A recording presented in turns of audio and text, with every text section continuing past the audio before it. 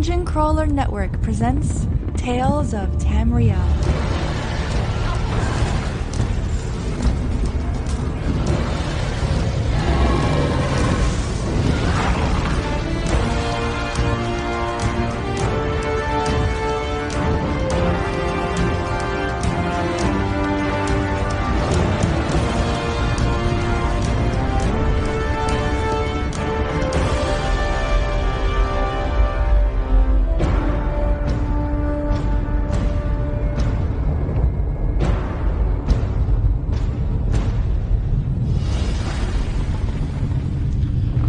Good afternoon, ladies and gentlemen, and welcome to episode 81 of Tales of Tamriel, a Dungeon Crawler Network production. I am your host, he who really likes those real estate in the Imperial City, despite the fact of bad neighbors, aka Daedra. That's right.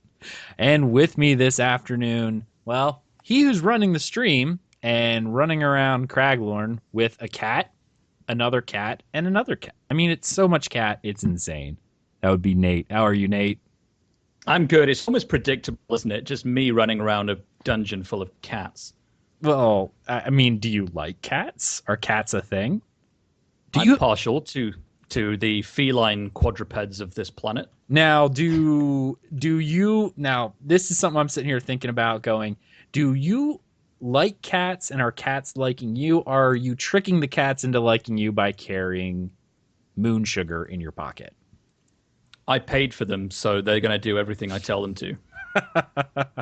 Very nice. Very nice. Also joining us, Avi, the alcoholic who needs to go and get into some rehab for all of his alcoholicism. So stand up. Tell us who you are, Avi.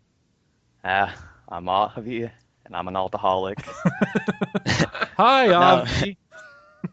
Hey, everybody. No, I'm doing good. It sucked to miss last week, so I'm happy to be back. Oh, we're glad to have you back. It's sad when my co-hosts aren't here, and it makes me upset. Yeah, I don't like. But then again, I get to listen to an episode without my voice in it, and that's kind of nice. It's like the old times. Oh, I get to listen to the podcast. I like it. Yeah. All right. Also joining us, special guest, back again, Setsua. How are you today, sir? I'm doing great, man. How are you doing? Excellent. Now, in pre-show, you did mention you're going to translate this into German for our entire German audience, so do not fail them.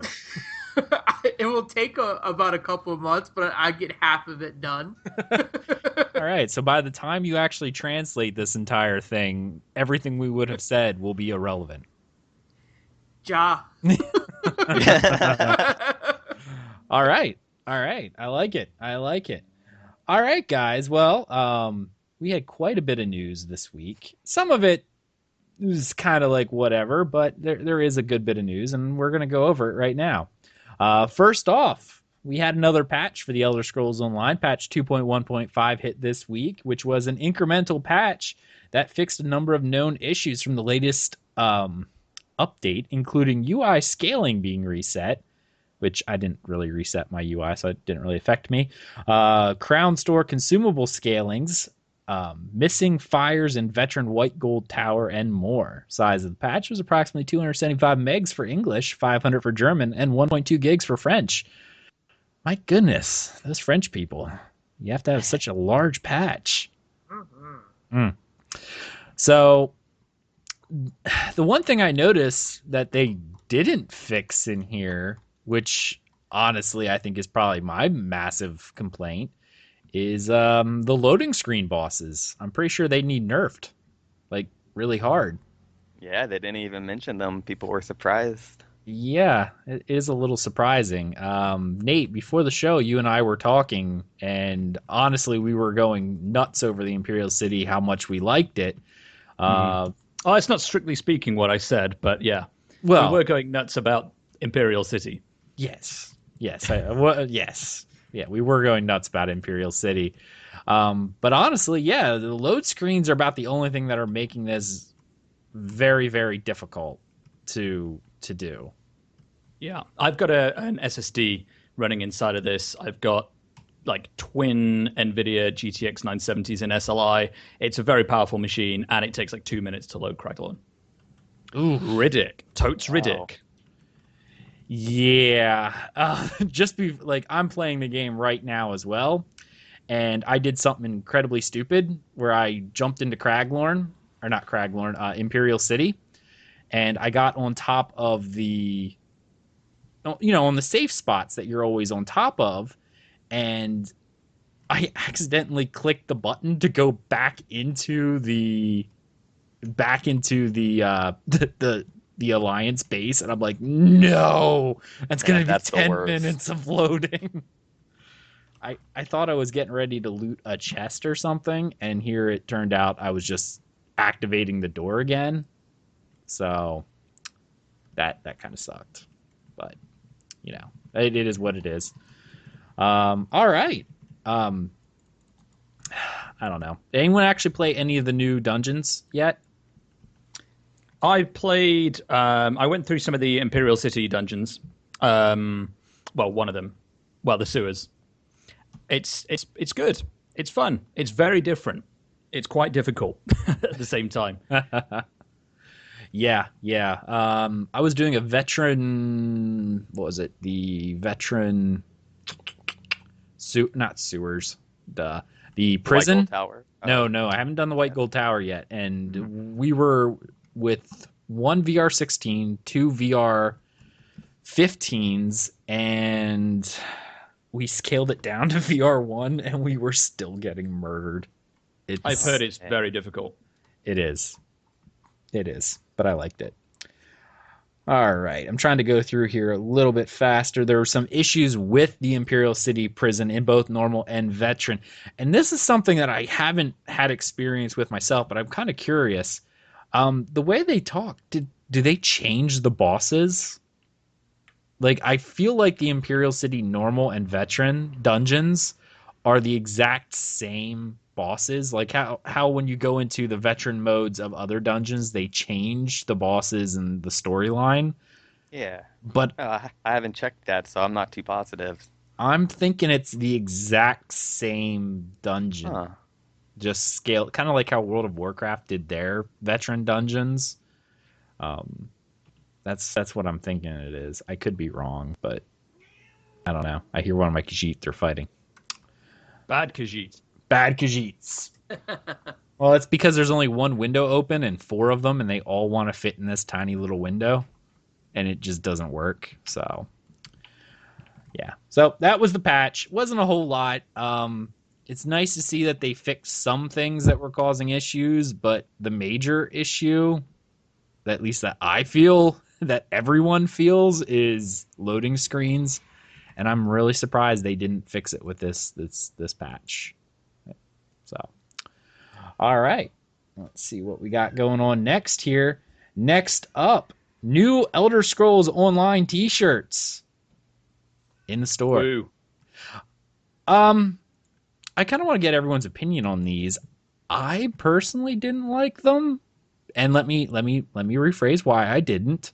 I do own like 4 Elder Scrolls Online T-shirts. Okay, so don't get me. It's not like I'm against swag. I love the physical swag. Okay, I'm all over that stuff. I have all the Guar. I have all of that stuff. So that's not it. It's just style wise, I'm a gamer, and they made it look like a baseball T-shirt kind of deal, like that whole style. And I don't know why, but it just doesn't appeal to me. So I wasn't real fond of them, but I could be a minority. Avi.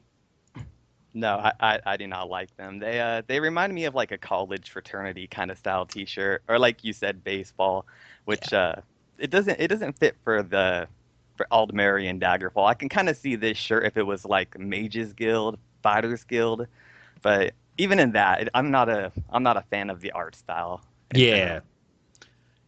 Setsua. Yeah, I really don't like it. I'm not even really a big fan of baseball itself, so for them to have this on here, it's just not my taste, so I probably won't be buying another shirt. Right.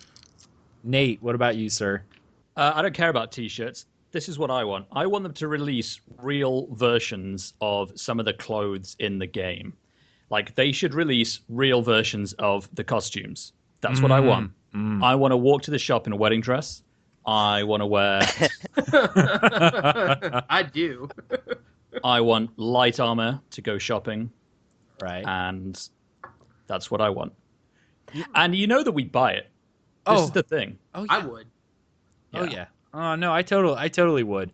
Yeah, I would in a heartbeat. Absolutely, I would. My goodness. Can you imagine? Excuse for Ren Fair. Come on now. Yeah, I would go for LARPing in my local area. I would definitely wear some like Dunmer armor or something like that to there. Nice. Yeah, I mean, I like.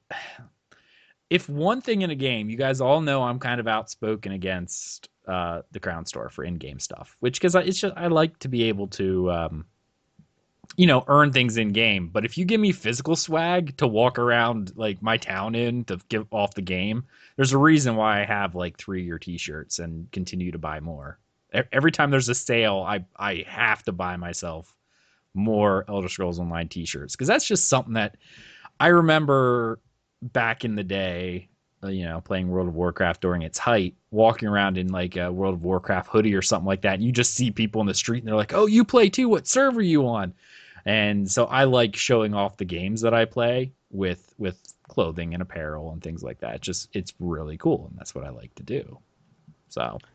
No, I'm the same way, but at the same time, it's like if I was wearing my Ebonheart Pact T-shirt and I walked by a Dominion guy wearing this T-shirt, there's not enough faction controversy to like where we'd look at each other like, oh, okay. You want to throw down? Is that it? Yeah, You want to throw down? Exactly. I'll drop my Starbucks right here. Let's do it. Yeah, exactly. down with the queen, yelled across the mall. Yeah. I'm pretty sure Nate's not allowed to say that, or else he might get arrested. So. Oh. I've no idea. I just accidentally ended up taking on a whole bunch of Vet 11s in Craglorn and wasn't prepared. We're not prepared. We're not prepared. That feeling of death. What am I not allowed to do? Sorry. Shout like death to the queen. No, I think they call that treason here. Yeah. and then as they're hauling you away, it's like, no, I mean Queen A Ren. Come on. Yeah, I was gonna say I meant Queen A Ran, just to clarify. Yeah, that was what Avi was saying. I'm shouting across like a mall, death to the queen, and I'm pretty sure you'd get arrested for that. So, yeah, nice. All right, so I mean, if you like these kind of style T-shirts, they're there. I have the one that's Ebonheart Pact, the gray T-shirt that says Ebonheart Pact with the red dragon on. I really like that one. It's one of my favorites. In fact, I'm wearing it right now, even though you can't see me. Would I buy more like that? Absolutely. I love those. This one I was not fond of the art style, and that's personal preference. Totally personal preference. Nothing wrong with it. I don't like it. All right. We had another Loremaster archive hit, modern and historical riding mounts. Ooh. So that's interesting. Yeah. So if you're interested in checking out that Loremaster archive, head on out to the official Elder Scrolls Online page to read that. I'm not going to make Nate do it now because he's doing Craglorn. But yeah, no, it was a fascinating one, just kind of talking about different racial mounts and why they were actually used in the various areas. It's interesting if you like that kind of lore, which I obviously do. Following up again, Mr. Mendo's Travels, Stories and Advice Volume 2 is now out. So if you're interested in following Mendo on Reddit, he has his second one out on the official Elder Scrolls Online page. Have you guys been reading these? Yeah, I think... go ahead, Nate. No, Guess it's okay. first. Guess Well, I first. was basically going to say no, so... Oh, well, it's a okay. Khajiit. Why would you not read something that a Khajiit had to say? Work That's a this shame. week. That's a shame. Avi. Oh, well, yeah. I mean, I think they're pretty cool. Like I said before, I really like these whole community spotlights. And I like how they added his story with the Imperial City and how they can kind of do this with all of the new stuff they add into the game. Like he could write another one for Orsinium. Mhm. So I kind of like the idea of where they're going with this. Okay. All right. Yeah, I'm rather. I like these, and for those who don't know what this actually started off on Reddit as somebody just role playing their Khajiit Mendo, Mendo, yes, Mendo the Khajiit, and he was just taking random questions, and he would answer anything that there was to say. Like people were asking him, like, what color car do you drive? And in pure Khajiit, he's like, I have no idea what this is, but it was great. Like it was very fascinating, and I enjoyed it thoroughly.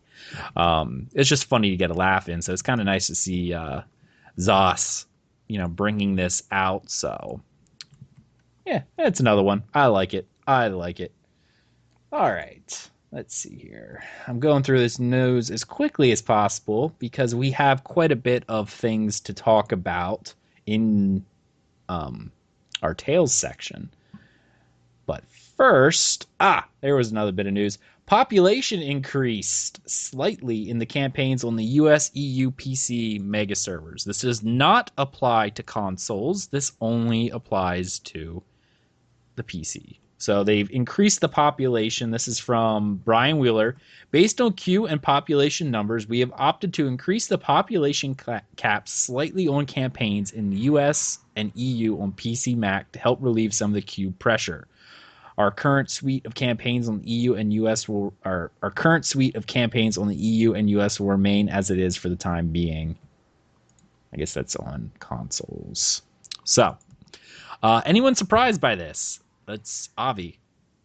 No, not really. I've been hearing a lot of problems with queue times, and so it makes sense to me for them to do this. Okay. All right. Setsua. Oh no, I'm not surprised at all, actually. Well, I'm kind of curious, just for the fact that you do play on console. Have you been doing any PvP on the console, and are you experiencing as much load times? I experienced a lot of load times in Cyrodiil. Okay. Most definitely, especially around, I would say, Eastern time, 4 or 5 o'clock to 8, 9 o'clock is usually when the little kindlers go back to school. So around that time is when there's like a lot of load times, and then it drops off. So it's like 50-50 for the most part. Okay. All right. And Nate.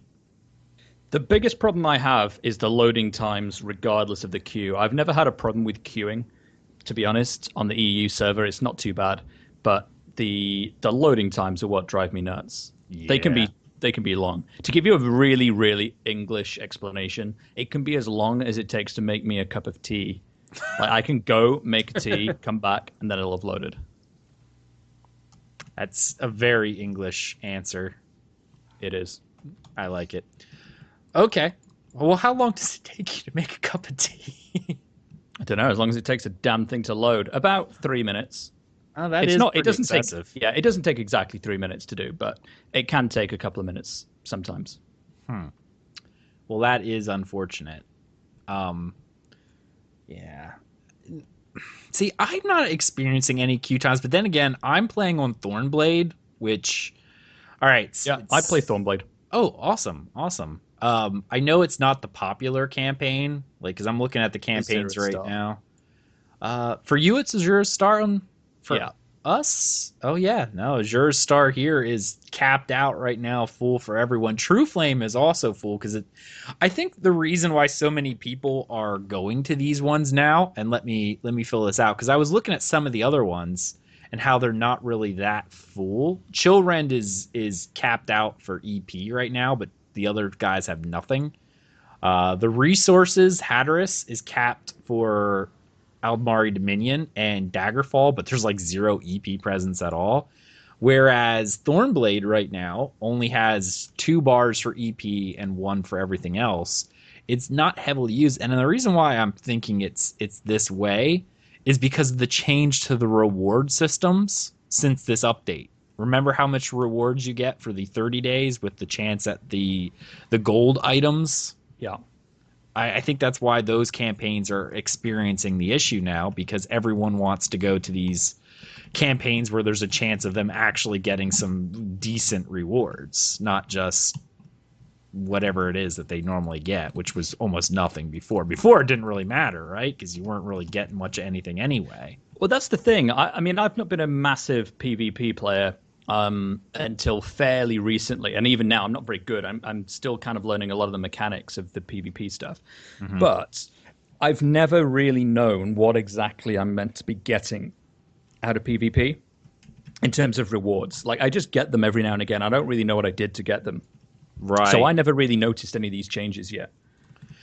Well, it was a lot of it's not the rewards you get from just randomly the rewards of the worthy, even though you can get some good stuff from that. It's the end of the campaign rewards that if you've participated and done fairly well, you get a good bit of reward. Not like what you're getting before, where it's like, oh, you got yourself about, I don't know, 1,000 gold. Whoop-de-doo. Now there's a chance of you getting legendary quality items, things like that are gonna really, really drive people to go to these 30 days. Because even if you're in the top like 2 percentile or something like that for the 7 days, you only get purple items. So Only you get purple. That's pretty good. well, here's where it's purple. Doesn't matter if you can upgrade it yourself, but you can't upgrade jewelry yet. So to get legendary versions of jewelry would be pretty amazing. Oh, I see what you mean. Yeah. Yeah. Like if I got a purple VR16 of some item set that I wanted, yeah, I'd be happy as a clown, because let's face it, I can then just upgrade it manually, right? Unfortunately, you can't do that with jewelry. So if I got a legendary version of the jewelry, I'd be all over that. Yeah, that makes sense. The jewelry is definitely something I'm interested in a lot more now, because I'm Vet 14, which up until very recently was brilliant. And so the jewelry became the thing that I was really having to use to get some of the set bonuses. Right. So I can see that being more of a pain if you've been Vet 14 for a while. Yeah. And the new jewelry that came out from the dungeons, the willpower, the agility sets, and I forget what the other one is. Yeah, they are selling for huge amounts of money right now. Uh-huh. Like, I saw one today go for 800,000 gold. 800,000. Mm-hmm. Yup. And can you imagine? And the dungeons drop them, but they only drop them in purple. I think you can get them out of the rewards of the worthy and legendary. Oh, really? Wow. Well, in that case, whoever paid 800K for this one got totally screwed. Well, I see. I'm not sure if they changed it, but I don't even know if you can sell the ones from the rewards of the worthy. So you're kind of. Oh, yeah, that's a good point. I'm not sure either. Yeah. I want to say a special hello to Justin G and Marth. I'm just gonna call you Martho. Sorry, Martho something in chat. Thank you guys for joining us. We were talking PvP, and of course they're ringing in on how PvP is, and I believe Justin, you play on consoles. It's Win on Stealth. Yes, I do remember you, sir. Oh, that's awesome. I haven't seen you in forever. Now I know you're probably playing on consoles. Wow. Because I actually haven't kicked him from the PC guild yet, because obviously we have a 30-day retainer type thing just to make sure we have an active staff of players, right? And I made a little note saying no one kick him until I can reach out to him on on Twitch or something. So it's nice to see him in chat again. So that's awesome. I'm really excited. Really, really excited. Again, I'm going to say this is speculation about those willpower rewards, but the fact is, I knew that was one of the only ways to get legendary jewelry that used to drop from trials. I still think it's one of the only ways you're going to get it from if the dungeon stuff drops. So PvPing might be something of note, which that's interesting. Yep. Okay. Gotcha. All right. Well, he transferred over. Sad to see you go from the PC side, man. But hey, I'm glad you're enjoying consoles. That's a weird direction to go, actually, from PC to console. You know, Like you would have thought, in my head, I would have thought people would get in on console, and I am not like a PC Master Race type supporter. Like I only bought a gaming PC about 12 months ago, but it is a lot better on PC, a lot better. this could be one of those things, though. I know a lot of the consoles is because if you think about it, they're often a lot cheaper, right? So if you had a PC that could play Elder Scrolls but not well, and then you could get it up to decent frame rates on an Xbox One or a PS4. Yeah. I could see people switching over, Well, to be honest, when I meant better, I meant specifically in terms of PvP, and because actually I could see the argument for it being better on console if you're into story and lore and what have you, because you get to sit on a couch and just go through lore, and it's more like Skyrim, which is kind of why they released it in the first place. Yeah. Let's be honest. But it's interesting. If you're into PvP and you go from PC to console, that's interesting. yeah, it's Unexpected. I bought the transfer. Not Yeah, but you buy everything, man. You buy everything. Yeah, I do. I do. It's a problem. Own all the things. I own all of the thing. Well, it's one of those things where I do love this game, right? And I want to support the developers despite the fact that I don't necessarily agree with some of their choices, which obviously I don't, and I make myself known on that, but I still do love this game, like, immensely, because it's Elder Scrolls, right? So I will support them. And I'm thinking to myself, well, I don't even own a PS4 or an Xbox One because I am a PC guy. I've always been a PC guy. I will always be a PC guy because I like PC better than consoles to do all my gaming on. So I like to do it because I get to play on my ultra wide monitor. Mm-hmm. So I play it like, I'm not sure what the exact resolution is. It's like 21:9 aspect ratio, which on the stream, actually, if you're on the stream, do have a look at the video because it's a very wide cinematic image. Yeah. And I can't do that on my well, you can now, actually. You can get curved monitors, but it's not the same as having a curved ultra wide monitor. The only reason I'm mentioning this, by the way, is just so I can brag about my screen resolution. Like, that's it. I'm not trying to deny it. It looks amazing, and I just want people to know how amazing it is, so everyone gets in on the action. Nice. It does look pretty awesome. I'm not gonna lie. I'm jealous of what I see on the screen right now. A little gel. I'm still trying to talk Thais into letting me buy it because you and I had talked about the different monitors, and she's like, you don't need it. I'm like, but I do, and she's like, no, you don't. So I'm trying to warm her up to the fact that I do really, really need this thing. So let me buy it because I want one.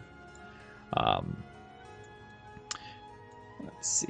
Yeah, and I have mine connected to just the TV myself. So it's not. If I wanted to play on, quote unquote, on my couch, I could, because my couch is right over, next to my computer. I could just hook up my controller and I could play on the couch. Because let's face it, like, while there is no native support, PC has this wonderful thing called other programs, like Xpatter, that would just allow me to remap my keyboard for a random, controller, and it works great. Like, if I want to, that would be why I would do it. But I'm in love with my add-ons. I would not want to go anywhere where I couldn't see my damage numbers, and because I'm an MMO player, and that's what I like to see. So, all right, Toybox, greetings, welcome to chat. Welcome. Make yourself at home. And how in creation do I get that treasure chest? I'm in Imperial City right now, and I walked up a ramp, and I can see the chest is underneath the ramp, but I have no idea how in creation to get underneath the stairs so I can get to it. Imperial City problems. Oh, no, and there's someone else trying to get back there. I'm going to stab them. Right in the... Oh, there's like 3 people. I should just bring mobs over and, like, run them into them. Like, that makes me angry.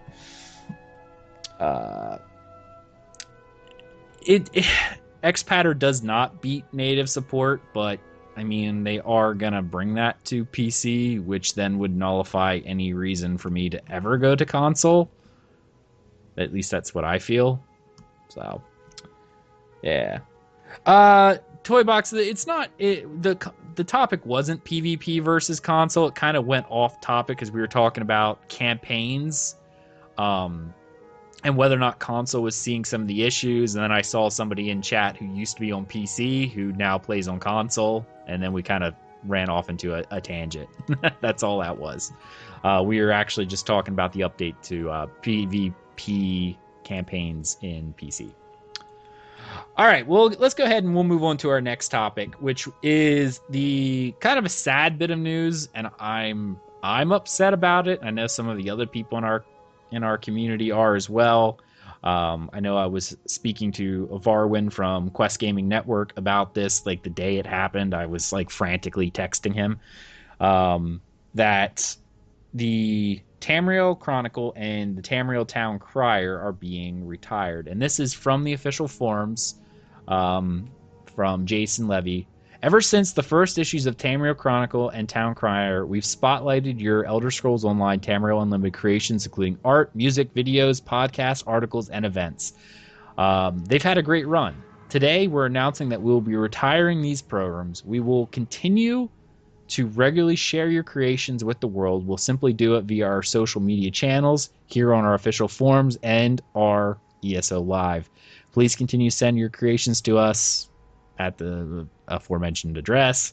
You can also post your creations on the forum, share your best stories, talk about events, and share your latest creations.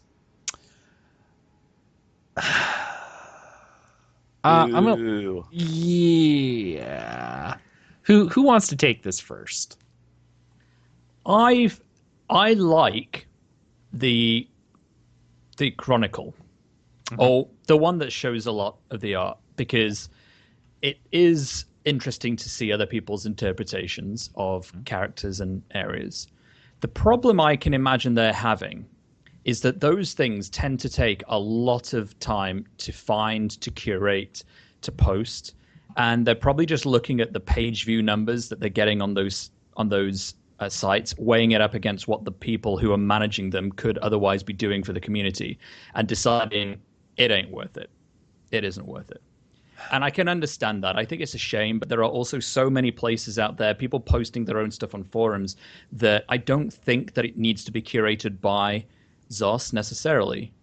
So I'm sad about it because I personally quite enjoyed it, but I can also guess the conversations they had internally that led to it. Yeah. Okay. Avi. No, I don't like this. I think it was one of those things that ZOS did to support their community, and it makes you kind of go, well, why? What happened? Nate makes a good point. It could be that, but lots of people are upset, kind of like what he said. It's one place where you can go and see all of the news in one place. You can see all the artwork and all of the cool stuff, and now they're pretty much like, oh, we're going to just spread it across social networking and ESO Live. And it's like, oh, well, what is that? That's kind of like saying, well, we don't care anymore. So that's how I see it. Yeah. I know a lot of us, like, they're talking about doing their social media channel. I don't know who does their social media channel anymore. It used to be Jessica Folsom. I don't know if she still does, but whoever does it now kind of sucks at it. The only people who they even retweet or do anything from their social media are like streamers. They don't do any of the podcasts. They don't do any of the art. They don't do any of that stuff. These things do generally tend to be one person who does them. Yeah, they do. They do. And I don't know. I really feel like they've switched. Like somebody else has taken over, because Jessica used to, she used to do a good job of finding all of our stuff and, doing all of that. And now it's kind of like, nope. Like, you just I think don't she's hear on it. maternity leave, isn't she? I don't know, to be honest. I don't think she left. No, she was there recently. But whoever's taking over now kind of just, it sucks. Especially for some of the other things like podcast in general and some of the other videos and stuff like that aren't getting tweeted out anymore. Like they just don't. And a lot of people don't visit forums. Let's face it, they don't. So they will look at the front page because it's easy to see. There it is. Hey, look, here are all the podcasts for this week. Oh, I've not seen these guys before. Let's check that out. Or, oh, they've released a new episode. Let's watch that. And now it's not quite that way. Like, yeah, I do post our stuff on the forums. I know other people post stuff on the forums. I also can see the page views on the forums, and I know that the amount of people who look in the forums are not near the amount of people who look at the front page. So I don't know. It just, and it honestly, I don't know why. How do I want to rephrase this? It can't take that much time to do. Like, it's just, in my mind, it can't take that much time to do this, because it's not like they actively go out and search. They required us to send up them, our stuff. And yeah, but they'll get sent so much stuff, honestly, and a lot of it will be crap, if I'm being perfectly blunt. Sure. A lot of it. Absolutely. No, I do see the crap part of it. It's just, and this was one part of the ZOS side, which was really great, because it was just a way of them giving back to their community, right? Kind of showing like, hey, we're not like EA, like, who don't really give a crap. We like your stuff, and we want to support you guys by, throwing your stuff out there and letting other people who are interested in the same thing maybe find it. Because I know quite a few people who listen to our podcast now who didn't even know what a podcast was until I mentioned it, and I had to explain what a podcast is and how they could get it. But that was, if I hadn't shown them how it was done, they would have never found it. So it's just sad to see this part of the community program go, because it was very nice. For whatever reason, I'm not saying they didn't have a good reason. They very well might have. But it's just sad to see a community thing go. I mean, if you look at it even from a more of a social aspect or something like that, let's kind of go a little bit more of a social. It doesn't have to be about a game, but just say you had a Burger King who every Friday gave burgers out to homeless people, right? That's a great thing they did. And then all of a sudden they're like, we can't do it anymore. We're stopping. Well, they might have had a real reason to stop. Obviously, it hits their bottom line, but it's just sad to see that social program end, right? Because it's essentially bad for the community in and of itself. Now, not quite. I'm not comparing, people's artwork and podcasts and stuff to feeding homeless people, but you get the idea. It's just sad to see these social programs end. So, all right. Anyone have any final topics on that before I move on to the next little bit? I'm good. Okay. All right. Great. Okay. Let's see here. Okay, let's talk about not quite ESO Live yet, but I want to mention one other thing. If you're a stamina user, a stamina DPS. That's me. Okay. Me too. This does affect you guys. I've been talking with several people over at Tamriel Foundry and a few other places, and I don't know if you guys feel it, but do you feel a little weaker this patch? Yes. Okay. Definitely. Do not fear. It is not intended. It is indeed a bug. Okay? Oh. This was found by several people, and it's posted on the forums. There's a passive under the medium armor, which I'm sure you guys have taken. Let me pull it up here. It is the agility passive. When a medium armor set of 5 or more pieces equipped increases your weapon damage by 12%. All right, that's a massive boost. It is not actually working. Like, even though it affects your character chart, like it shows your weapon power going up, we've had several people test it. It actually does not matter. Your damage stays the same. It's affecting your character sheet, but it's not actually applying the bonus. So that's why, like, a lot of us were like, wow. Like, even Alcast, one of the guys I follow on Tamriel Foundry for stamina builds, he has a great build. I think I linked it last week. was even mentioning going, yeah, at the beginning of the patch, I was considering going back to Magicka because I was just so weak until we found out that it, people are doing the tests. They're keeping the medium armor on their same armor sets, doing tests on damage, and then switching over to not medium armor, doing it again and seeing this exact same damage. So it's not actually applying. So stamina users, don't feel too bad. We're just bugged at the moment. So sorry. Sucks to be us. Yeah. All right. So ESO Live this week happened, and there's a couple things that I wanted to talk about from ESO Live. First off, the cap will remain at VR 16 when Orsinium's released. And Zoss will be talking about removal of veteran ranks altogether after the release of the next DLC. They keep saying this. I don't believe a word they say unless it actually happens, because they were saying that we're going to get rid of veteran ranks, and then they increased them by 2. Like, that's not even not getting rid of them or leaving them the same. That's literally not getting rid of them and making more of them. Yeah. So the next step down is just not interfering with them at all, and another step further to actually removing them. So I wouldn't be surprised if that doesn't happen, because it's clearly very, very difficult what they're trying to do. And I don't envy that task, because they're basically having to undo. I've just found a chest. Just 1 second. And they're having to undo everything that's been in the game right since the beginning. So I don't know. No, personally, I quite like the veteran rank system. I honestly don't mind it. I like it myself. I mind 16 of them. I don't even mind that, with the fact that they've been nerfing down the amount of time. I always saw this as a type of gear grind and progression, where with the type of game this is, when you gain more veteran ranks, you can get new gear. Then you're not wearing the same gear forever. And I have a feeling like when they remove veteran ranks, that is what's going to happen, is that people are just going to wear the same gear forever unless the set gets nerfed. So I don't know. It's going to come with a, it's going to be a V3.0, V4.0 scale change to the game. Yeah. And it's going to be not just veteran ranks are changing.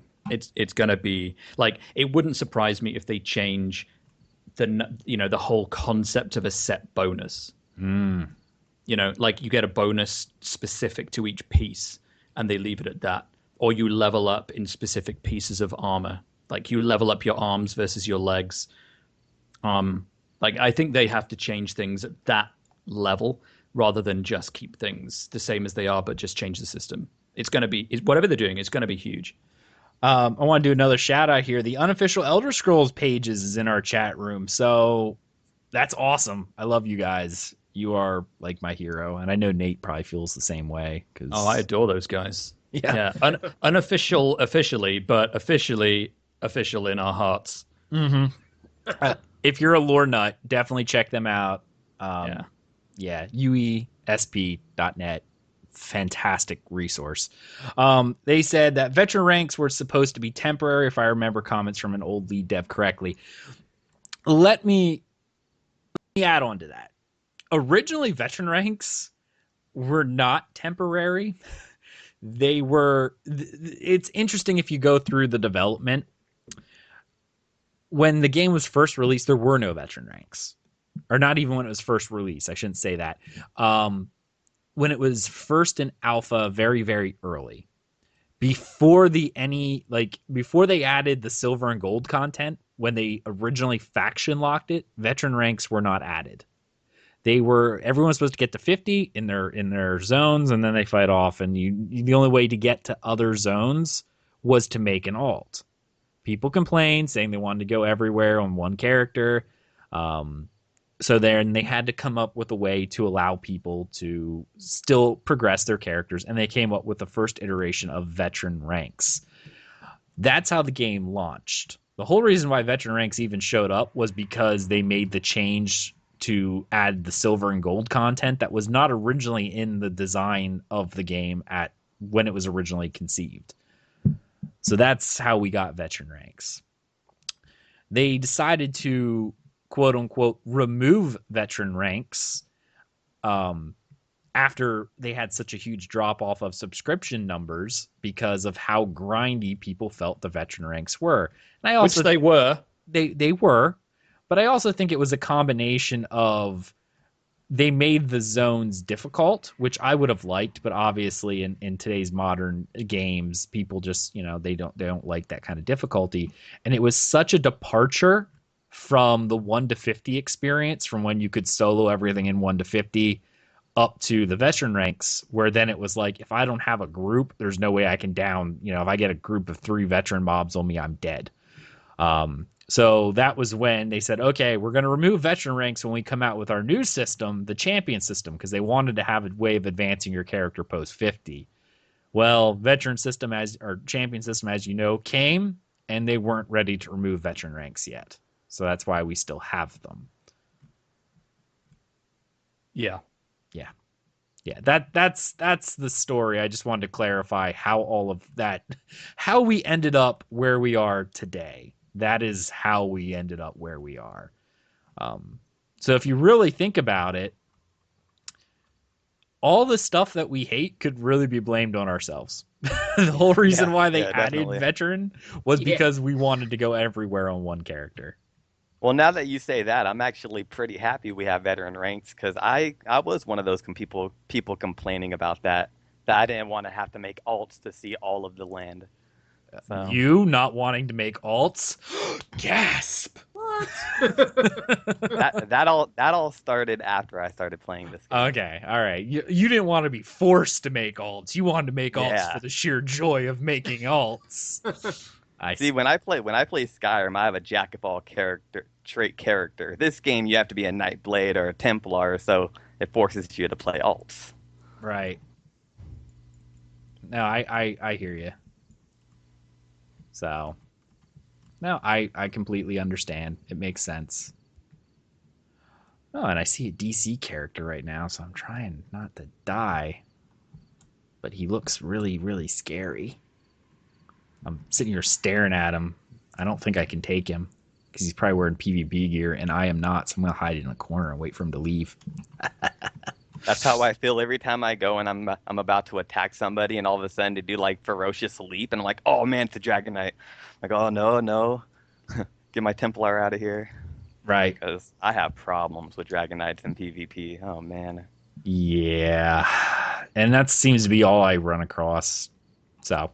Yeah, same here. Yeah, it sucks. All right. So that's what we were talking about. Anyone have anything they want to say about that? I tend to believe Nate with this one, where I'll believe it when I finally see it kind of deal. Yeah. Yeah, because they've been talking about this removal of veteran ranks for a while. Like even after this DLC, like I remember, was it not Matt Firer, it was why am I drawing a blank on his name? He just left, good shirt guy. Oh, Paul Sage. Paul Sage, thank you. Paul Sage had mentioned that after the DLC for Imperial City came out, they would look at removing veteran ranks. Like now it's after Orsinium, we'll look at removing veteran ranks. Yeah. Yeah, there's a lot. They essentially built this game from very early on. At first it wasn't, but then when we had to be added into those zones, they built this game to have veteran ranks, and now it's kind of like, how do we remove them without breaking the world? So, will they come up with a solution? I'm sure they will, but I mean, as of right now, I think they're kind of going, people are hating these, we got to get rid of them, but we have no idea how to get rid of them because they're so ingrained. It's kind of like removing a tumor that's wrapped around your heart. It's like, man, But with lowering the XP, dramatic. I know. Yeah, that was dramatic. Wow. I know. I really went dark. But with lowering the XP and all of that, might that implement maybe saying, okay, we can just keep the veteran ranks? Like, if they make it so it's not such a grind and not such an issue for everybody, to where it's like, well, why do we need to remove them now? I honestly think if they did something like that, like they made them so they were almost nothing, I don't think it would really be that big of a deal. Some other people are complaining about the difference between veteran ranks and champion points in PvP. Is there a discrepancy? I do believe there's probably a discrepancy, but they talked about this, and it's not so much even I think the champion point issue will exist even with veteran ranks. And that's going to be the fact that people who have so many are significantly more powerful than people who don't, and that's just the way the alternate advancement system is. And they had talked about adding in a system or a campaign that just you don't have any champion points. I mean, when you have these alternate advancement systems, eventually someone who plays a lot is going to have a lot of points. And but like you added it in, it makes people feel good because they're advancing their character no matter what they do. And I think it was a good change. In terms of competitive PvP, probably not so much. But you could argue that Cyrodiil is not really competitive to begin with because it's not balanced in the way that most competitive PvPers see it, right? It's quite collaborative though. I like the collaborative nature of it. Oh, I agree. It never feels to me one-on-one. It feels group on group. And that's a problem for me being primarily a solo player, is that it's quite often one-on-group. And that's where I don't think I get the value out of it. Right. But you're essentially playing the game as it's not meant to be played, right? I'm playing that bit, definitely, as it's not meant to be played. Right. Yeah, I'm not saying everything. It's just PvP, especially Cyrodiil, is meant to be that big group PvP. And if you're going to go solo, well, you're taking your life into your own hands, so to speak. But they taunt me with this storyline, achievements, character-driven progression in the PvP, and I'm like, that sounds a lot like a single-player job. See, that's why you just need to come on the US server and play with me, because even when doing Cyrodiil and stuff like that, I tell people, I'm like, hey, I'm stopping and reading this book, okay? You just hang tight. You don't want to read it, watch out for me, okay?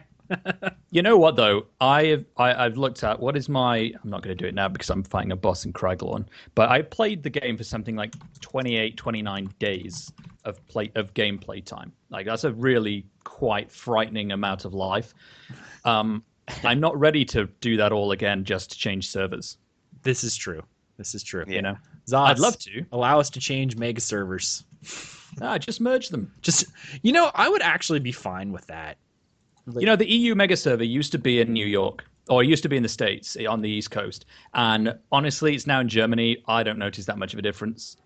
A lot of people say that. Even Estelvian goes, to be honest, I thought it was better when it was in the US because I'm not getting any better ping response.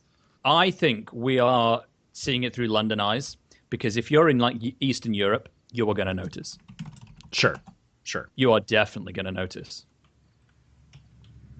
Anyway, yeah, no, Dude, you should make a character on EU. Are you kidding me? I still only play one character. I'm worse than you. I don't even have alts. I mean, I have alts that are essentially banker tunes. That's what they are. Like I got one character. Do you even ESO? I ESO. Let me do a playtime right now. I have played my main character for 40 days, 17 hours, 47 minutes. Wow. Yeah, I play one character, and I love one character. I love one character too. I only have two. I have my pack mules, a couple of them, and I have my main, and an alt that I play with my brother. Right. In AD. Yeah. Oh. I know. I would have understood if you didn't even mention that out of pure shame. Well, I've always considered myself something. Look, I'm an Imperial, right? I'm exempt from a lot of this kind of race-specific BS. So I decided I just like everything. I like everyone. I don't hate anyone. I'm a nice person. Okay. All right. I don't know. If I were you, I'd be ashamed. I probably should be, but if you spend quite a lot of time in Cyrodiil, you kind of get a bit what's the term? What's the word? bohemian kind of. I don't know. It's like living in London. You get used to seeing people of all backgrounds and races and cultures, and that's kind of lovely. And you never. I don't know. You can either become very hateful or very not hateful, and I'm definitely very not hateful. Plus Queen Aren. I can't stand her.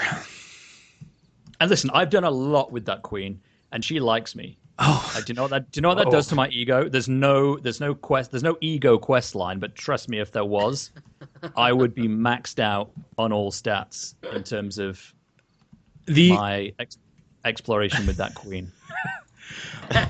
I love how all of that was very suggestive. And in terms of suggestive, the only character that I would indeed spare from the Aldmari Dominion is Naru. Star. No, Raz. No, she's blood for the pact all the way. She is EP, yeah. Yeah, she's wonderful. But Raz, I saw a ghost. Who looked a lot like Naru the other day. I know that's incredibly niche. That sentence only makes sense on this podcast. Yeah. But she was familiar. I think I would riot if Naru died. Like if they killed her off, I would literally riot. I would drive down to ZeniMax and flip chairs. When Dark Brotherhood comes out, I guarantee she'll be making an appearance. Oh, she better. Do you really feel like she's going to make an appearance though because of the let's get a little philosophical here, because of the philosophical differences between the Morag Tong and Dark Brotherhood, because it's Dark Brotherhood's they a hate each other. splinter faction. Exactly. But they don't like each other though. Doesn't that make for an incredibly compelling storyline? Side with one of them. Oh, I would be so torn at that point though, just because it's okay, I would like Dark Brotherhood because it's Dark Brotherhood, but it's Naru, so Dark Sisterhood. Dark Sisterhood, yeah, it's a really bad porno, but I like it.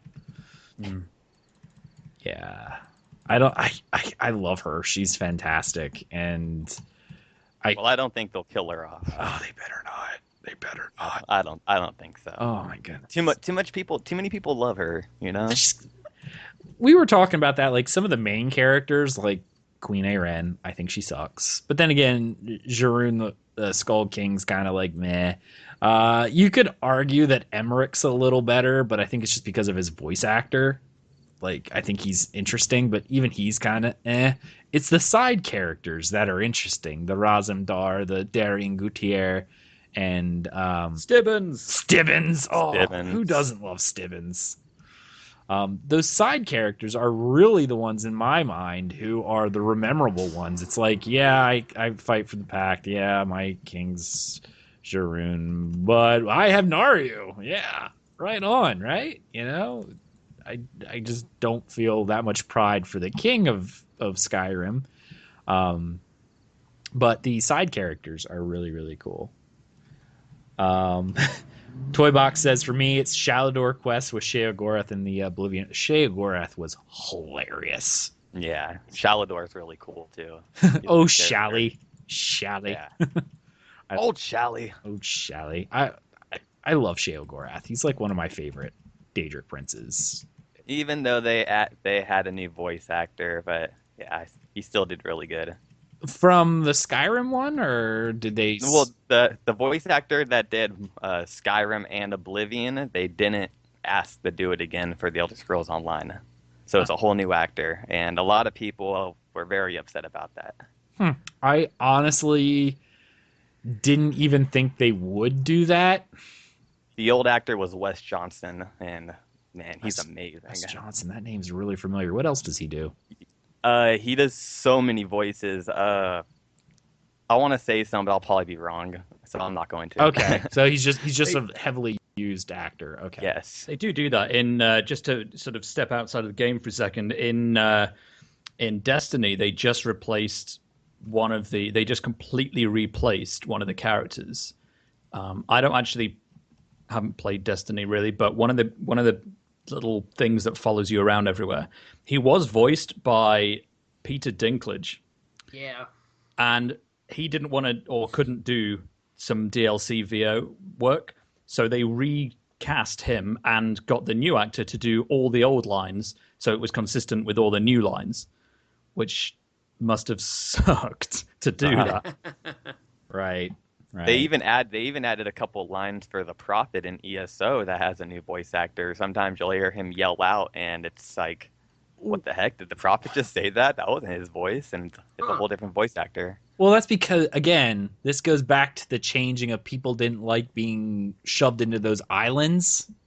Again, this is us making those complaints. And well, it also goes on the line with them hiring such big actors to do such iconic characters, because they're gonna make these characters iconic. But then when DLC comes out, they're like, well, if the girl who did Katie Beckinsale, whatever her name isn't available, then we're gonna have to do a new voice actor. Yeah. And most likely she might not be available because these are really big actors. So. Well, it's kind of like the whole, that's exactly what it is. It's kind of like what happened with the change right before launch with you don't have to start in Bleak Rock Isle anymore or Canarthy's Roost.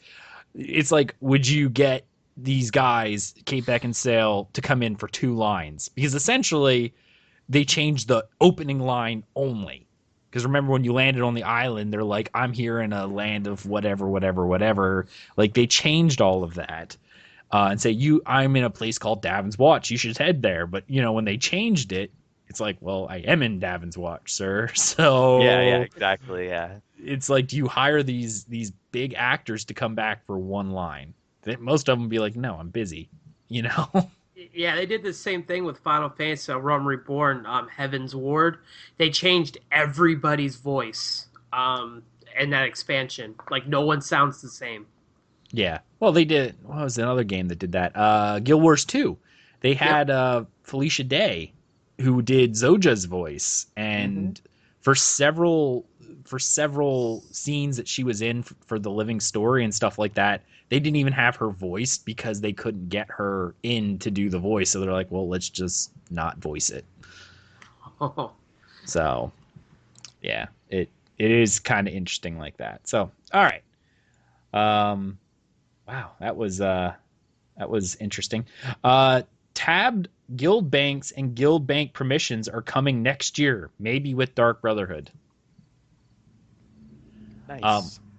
As a guild leader, obviously, the Wings of Fate guild for Dungeon Crawler, that would be nice, because as of right now, like we have a policy of an open guild bank, but unfortunately, due to the sheer amount of people who are in the guild, we can't have it be open, right? Because we've had issues with people just going in and taking everything that they could get their grubby little paws on and leaving, which was disappointing, to say the least, right? Like, you want to be able to trust people in your community, but unless you keep your community to a very small number, how can you? I have to agree. And the daft thing is, I'm a very honest. I don't even know. Can you tell who takes what items out, or to an extent? What can a guild owner see? Because I've never known this. I pull it up right now. I can see every transaction in the guild bank. Here's the problem. To probably help with server, lag and latency, they only let you see up to a certain number of transactions. So if someone wanted to hide a transaction, all they have to do is take it out and then take a bunch of stuff out, put it back in, take it out, put it back in, take it back out. I see. Yeah, you can hide transactions because you can see a certain number. I don't know what the number is completely, but I know it cuts off at a certain point. And I used Roomba already. Like, I would remove something from the guild bank, and this is how I noticed you could do it. And then I used Roomba to restack it, which pulls things out, stacks it, puts it back in. And then I went back and looked at the log and went, wait, where was the one item that I removed at the start that I actually kept? It pushes it out because the log's only so big. I see. You see that wonder, because I'm what I was going to say is I think I'm a very honest person with our guild bank. So my guild, Aelith, we have an open guild bank, and I do regularly take stuff out, but I always try and put something back in, so I keep my recipes and things for when I take it out, just so I feel like I've sort of given back. I'm not just going and taking, I'm not just going and giving. I sort of do a bit of both. Right. And I kind of do that because I feel that that's fair, and I want to be a good member of the guild. But at the same time, I always feel guilty if I just take something and I don't have anything worthwhile to leave. But I sort of think, well, if someone's keeping an eye on this, they can probably see that I generally try and put in what I put back. Mm-hmm. But what I was going to say is that one of the things that I do is that if I'm looking for something specific, I'm always sorting by price, because I can generally tell where in a list something will appear, and the list is usually very, very long. And I have to say, every now and again, you see giant stacks of something worth 800, 1,000 gold, and I think, ooh, that'd be nice. And I never do, and I never have, and I never will. But I could see how someone who is maybe less bothered about the ethics of being in a guild could see that and just say, you know, that equals quite a lot of potions, and help themselves. So, and that is a general issue that we have. It's because people do see that. It's like, you want the, you know, as a guild bank, that's what you want to have open, right? You want to have that open so that people can, you know, that's what the whole purpose of a guild bank is, to help support one another.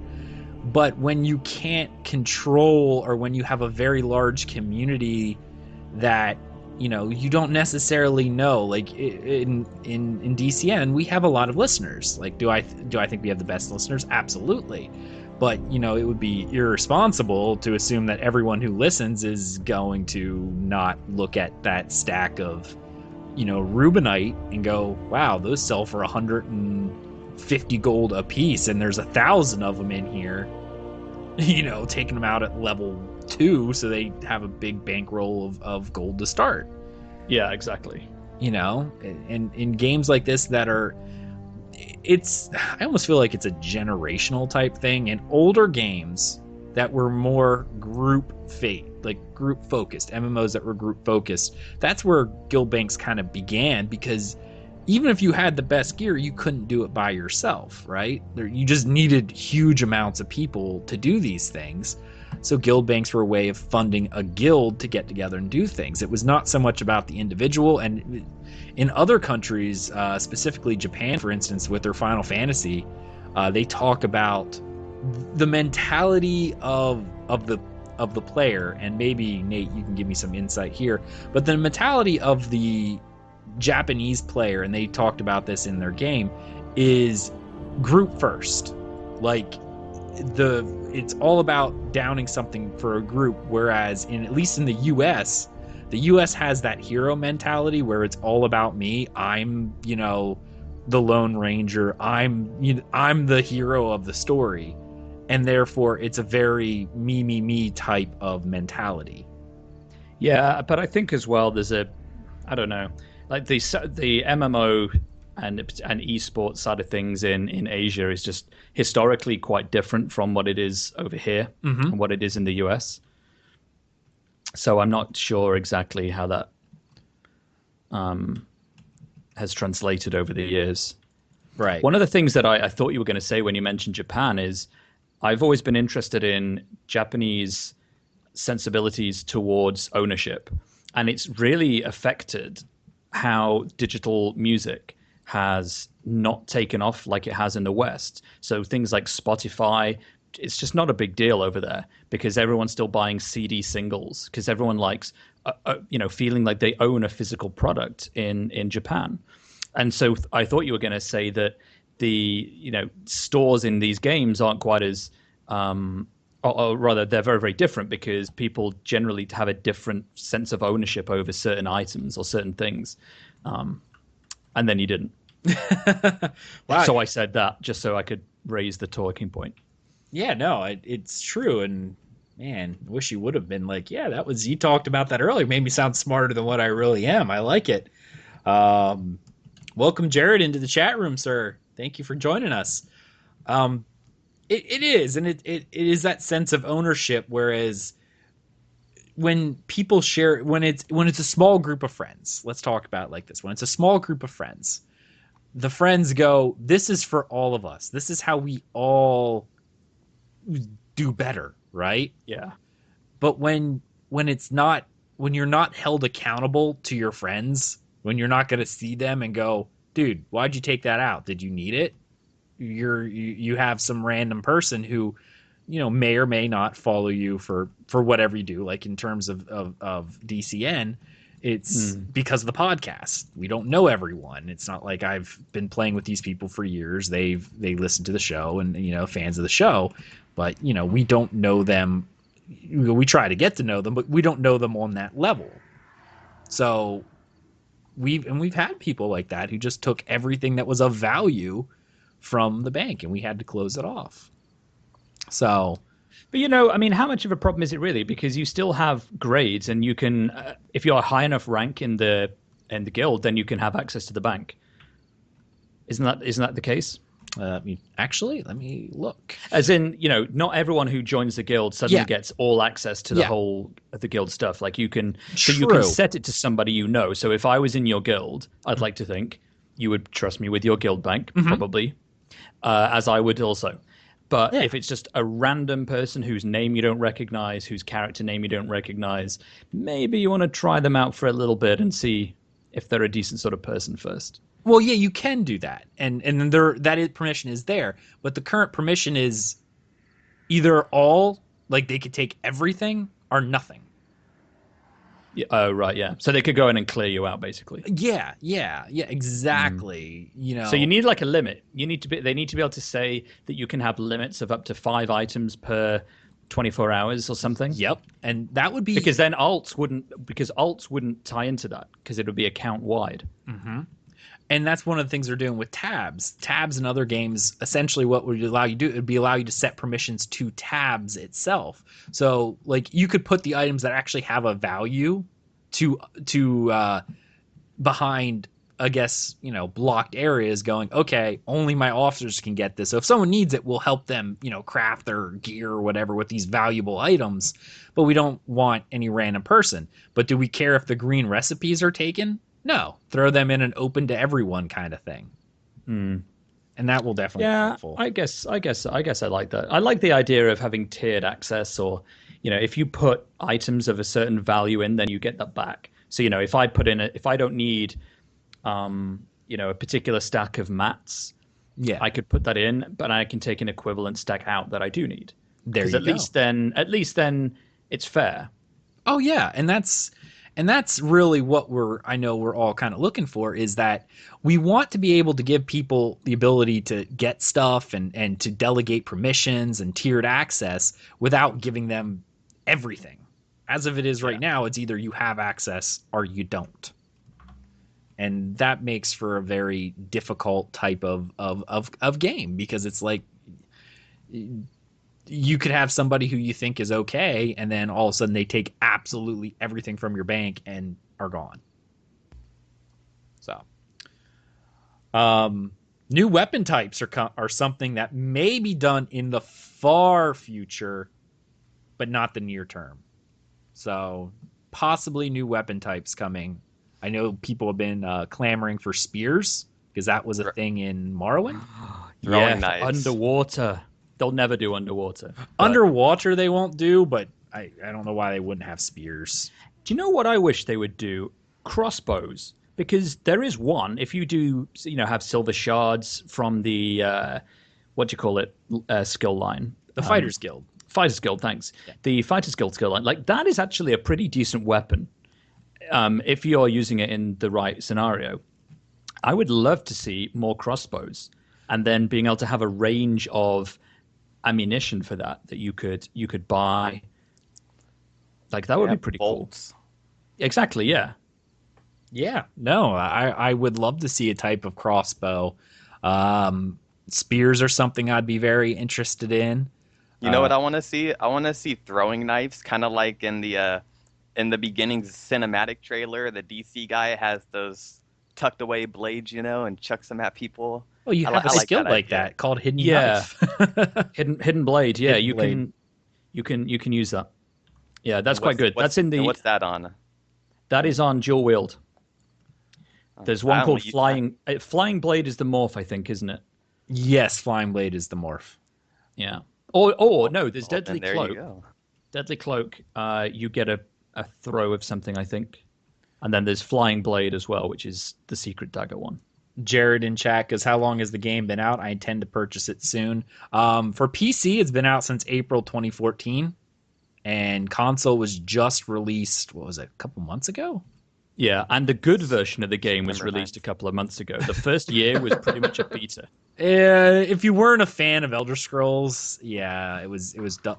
Like they added so much in that year. Like just the theft system alone made this game feel like an Elder Scrolls game. Like I play other MMOs, and that's one thing that I even talked to some indie developers and stuff going, are you planning on allowing people to steal items? Because that's something I can't get in any other game right now, and it is probably one of my favorite things. Just even though I like to play a holy type character, the whole mentality of going, I could steal that. Should I steal that? No, it'd be wrong to steal that. I should steal that. It's a fun thing to have.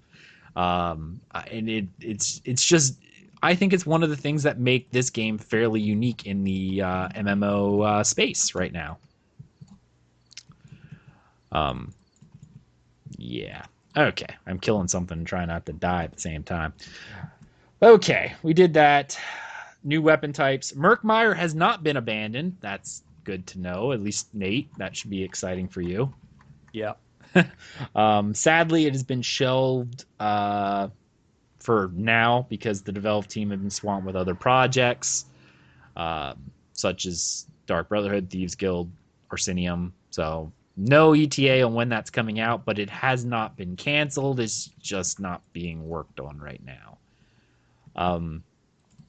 Kind of disappoints me because the way they were talking about it was meant to be another Craglorn, and I adored Craglorn. I know we had a lot of fun with our Craglorn nights just because of that group gameplay was just a lot of fun. Getting together with your guild, running around. It was just something different and fun. Speaking as somebody who's currently running around with his guild in Craglorn, I can attest to that being true. Yeah, Craglorn's not very fun by yourself, but if you have like 2 other people, like a tank, healer, and DPS in a group, you can do almost everything, and it's just a ton of fun. It really is, and I'm really disappointed right now. I'm in Imperial City, and I'm looking at a statue of an Imperial, and it has a cloak, and I want a cloak, but that is not coming into the game, so sad.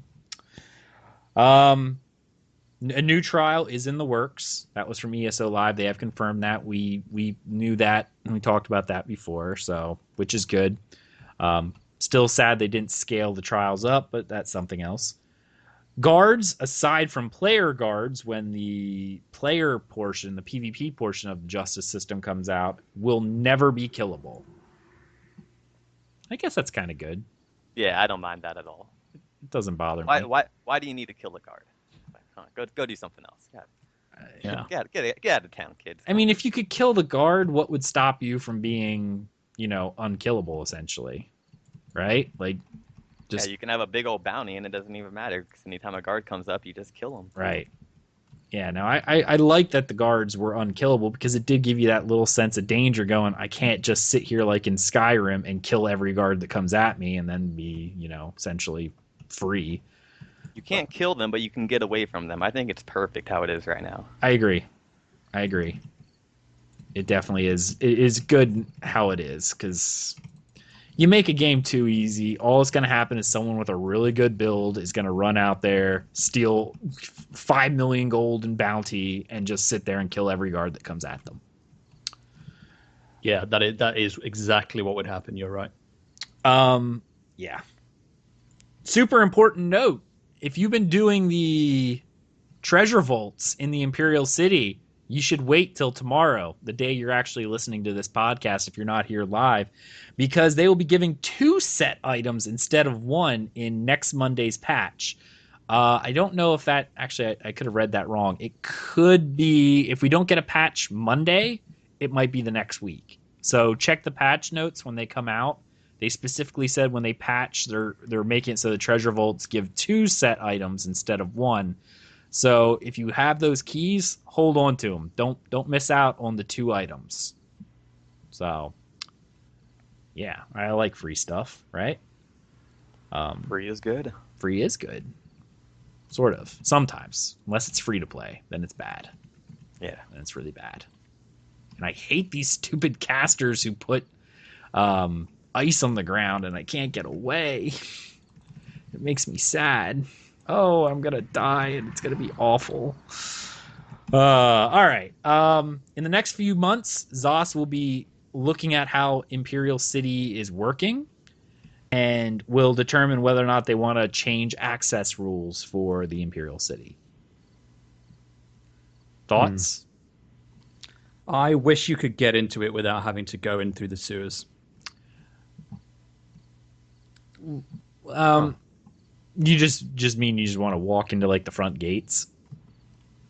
As in, if I'm coming in from outside of Cyrodiil, Yeah. I want to be able to go straight into the city. Okay. And I can't do that right now. Makes sense. Okay. I know one of the things they're talking about is actually just the right now they have it open, and I think a couple episodes we were talking about the fact that they removed the locking, and Setsua, we were talking about that as well. Yeah. I liked when it locked out. It gave people a reason to go, oh, I want to get in the Imperial City. Let's take some keeps. Yeah, exactly. That's how I felt about it too. But I hope they lock it. The only thing that Imperial City means to me right now is, oh, crud. Do I have to run farther, or is it going to be a short run? That's all keep ownership means to me now. And that's pretty sad too, I think. Yeah. All I know is if I want to go into the sewers for a little bit and all of a sudden I get into PvP and one of my towers is taken or whatever, the keeps is taken, so I can't enter, that's gonna ruin it for me. I'm like, well, I'm not gonna go do this for 30 minutes so I can go do the thing that I want to do. No thanks. I'll just hop back into PvE, I guess. I don't like that idea of me getting locked out, for them saying, no, you have to go do the other PvP stuff we had before for you to get into the PvP stuff you now like. Okay, fair enough. Uh, All right. And finally, ZOS is working on scrolling combat text, buff debuff indicators, and nameplates, which will be available in the very near future. Leave it to the mods. Yeah. Well, what about consoles who don't have mods? Make it for consoles then. They've got a bunch of UI tweaks for themselves anyway. Well, I'm actually thinking we might start seeing mods soon on console, especially with Bethesda pushing with like Fallout. Remember, they're doing mods for Xbox and stuff, which is kind of Yeah. insane, right? Yeah, that's Xbox awesome. has a little bit of it as well. I thought about just buying an Xbox just to do that with Fallout, because that's would be something very cool to do finally on consoles. Yeah. I honestly see the Fallout thing as a test bed for Microsoft and Sony to see if they want to allow it in the future. Like if it takes off, and it in some way, I'm going to assume that Microsoft or Sony can monetize it, like say needing to have Xbox Gold or PS Plus in order to upload and download mods, I think they'd keep it. Yeah, I think Microsoft would have a little bit more advantage over Sony in that department with mods, at least, because they work with a lot of the computers that can do all that stuff. And Sony is kind of just on consoles. They haven't really worked with too many computers, I don't think. Jared, game is a lot of fun. All of us can attest to it. We podcast weekly. Every Sunday we're live at 3, right here on this channel. And it is on iTunes. We're on iTunes, Stitcher. Just look for us for Tales of Tamriel, or search Dungeon Crawler Network, and you can find all the podcasts that we do here on the network. We do a couple of them. So if you're interested in just ESO, search for Tales. But if you're interested in some general gaming and Final Fantasy 14, the network does a bunch. You can find it either way. And it's all available, Stitcher, iTunes, any other podcast reader. Fun times. Yeah, Win-Own Stealth. I do think that mods will be eventually coming. But this is something, Nate, that Blizzard did. When a mod became so, like, they kept metrics of this, and when a mod became so popular that a certain percentage of the population was using it, they just added it into the game. And did the devs like that? The mod devs? The mod devs? Yeah. I mean, honestly, most mod devs, they liked it better than having to update it themselves. And it's not like most mods were charging. So, I mean, unless you were charging for your mod, I mean, it is what it is. But you got to think about it. The reason why most of these mod developers right now are developing is because they want to design the game the way they want to play it, right? So to have the developer go, so many people like your mod, we're just adding it into the game, then they get what they want without having to work, to update it every time a new API update comes out. So, that's what I'm thinking. Maybe some mods got a little, bum hurt about it, but I mean, in reality, a lot of people are using buff trackers like Strendar and Foundry Tactical Combat right now. Like a lot of people on the PC are using it. I use it. Anyone who does any type of progression rating uses it. Hard mode dungeons use it. PvP uses it.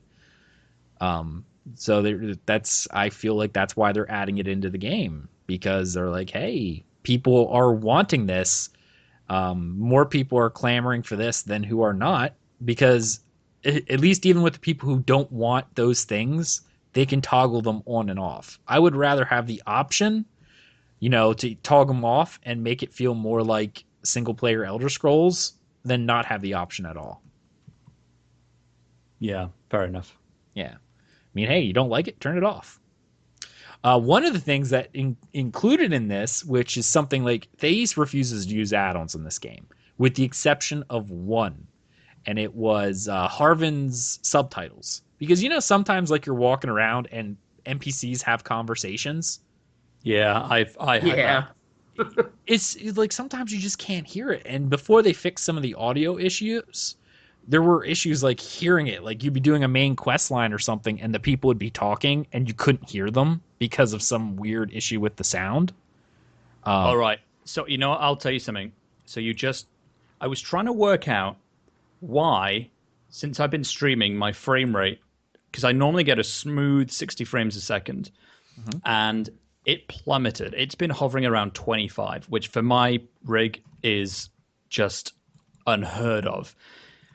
So I just disabled all my add-ons, and it's shot back up to a normal amount, a normal level. And that is discouraging. Like whatever add-ons, and there are a lot of them, and a lot of them were out of date, but they were causing like a 50%, if not greater, slowdown on my frame rate. Well, a lot of people, even Zoss was saying, just to piggyback off that, which is another kind of positive for them adding some of these more popular mods into the game.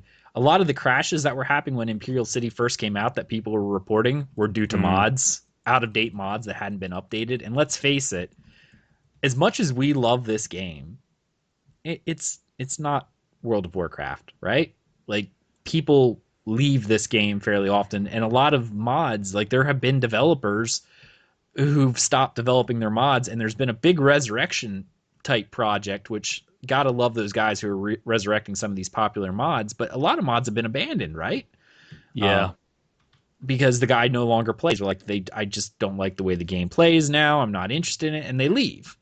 And if they add these things into the game, at least then they would be maintained by the developers, right? Yeah. I mean, I cannot express quite how much of a difference it has made having this disabling the mods.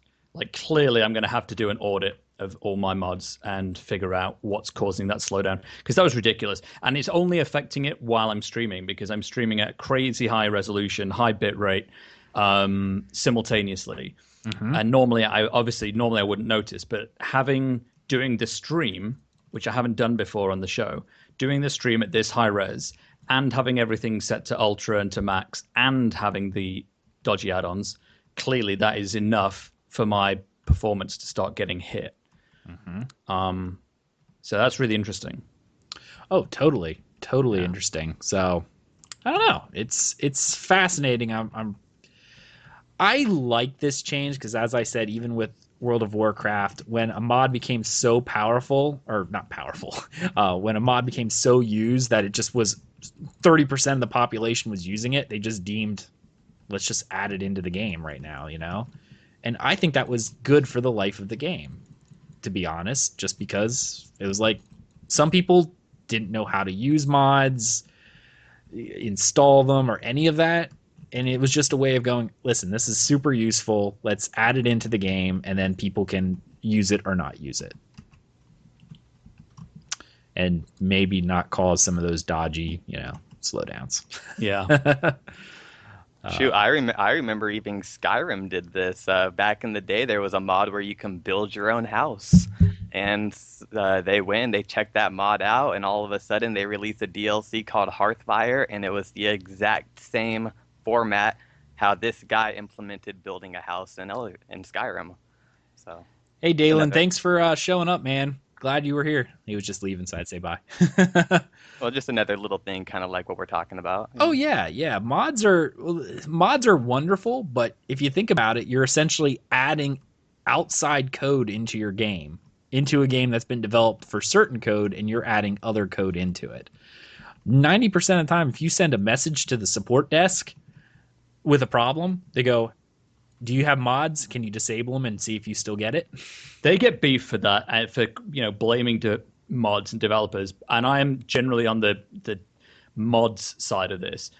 But if I had been saying, it's just really weird, I'm suddenly getting really weird performance in my game, I hadn't thought about disabling the add-ons because I hadn't really noticed it was an issue until tonight. And the first thing I did was, disable the add-ons, and it has fixed the problem. Yeah, I can't get away from that being a fact. I've literally just discovered that in the last 30 minutes. Honestly, it's a general troubleshooting going, hey, let's start with what we know. Let's just rule out the fact that it's not a confliction with a mod.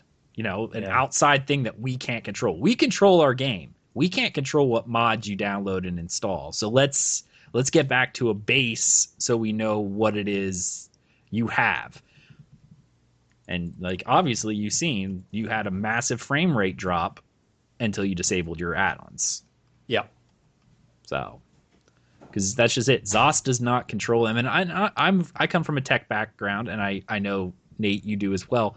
It's one of those things where it's kind of like if someone gave me an Android phone and they're saying there's an issue, it's like, well, can we bring it back to factory? Can we remove your special modifications that maybe you did wrong? That's how it goes in my book. You got to bring it back to a base level first, just to verify that it's not, a manufacturer problem, which in some cases it is, but some cases it's not. And that goes with anything. It's like you buy a lawnmower and it's all of a sudden stops mowing. Did you make any modifications? Well, yeah, I extended the blades out 12 feet. Well, that makes it hit the side of your mower deck,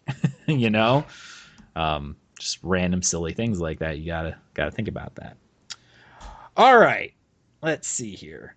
We're done with news. We had a while, but let's talk about our gameplay, because I know I've got a lot to go over, and I know some other people do too. So let's start with Setsua first.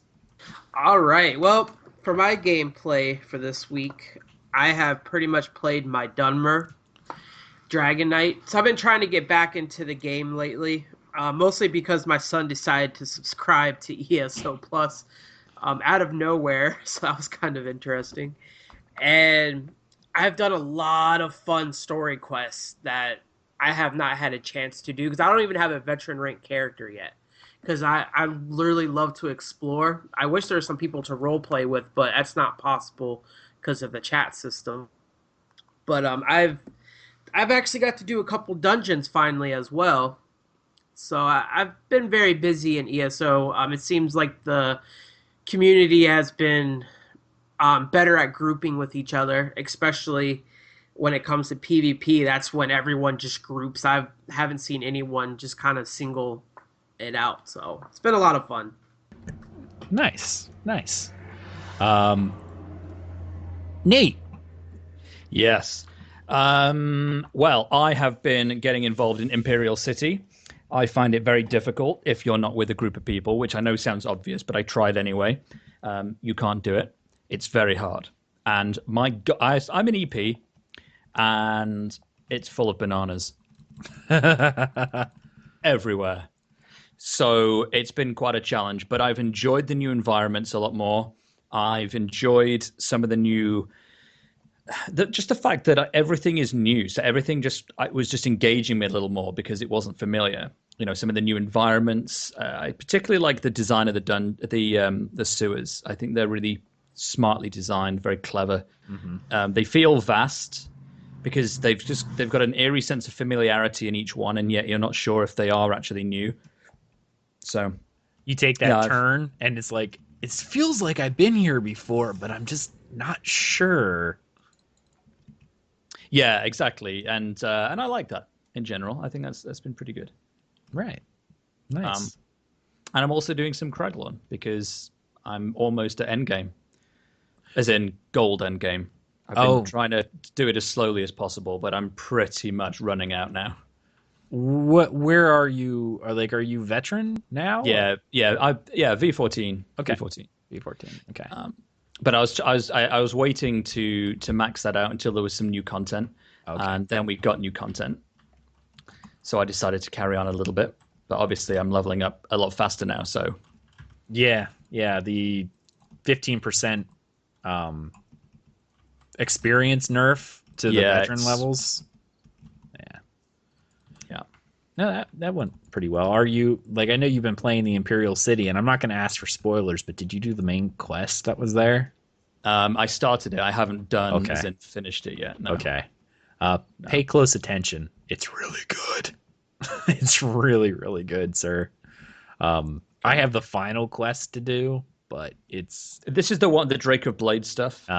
She's annoying like crazy, but the rest of it is really her good. Voice is annoying. I think she's cool. I like her. Oh, you do? She looks. I like how I like the whole like. Oh, are you serious? Oh gosh, I can't even contemplate somebody joking at this matter right now, and all those little things that she says. Yeah, but I've only talked to her in that beginning quest though. So okay, you haven't done all of it yet. I haven't either. No. Okay.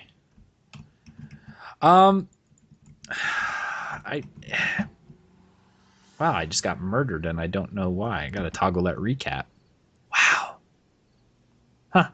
Interesting. I got murdered.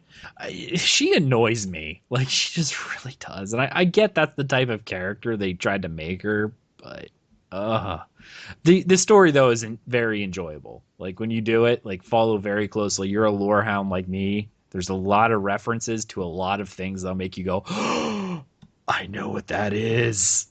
So I haven't even finished it yet, but the entire quest line, I've been doing. I'll get to that when I talk about my gameplay, but I've been dragging people along and standing there absently while I'm listening to everybody.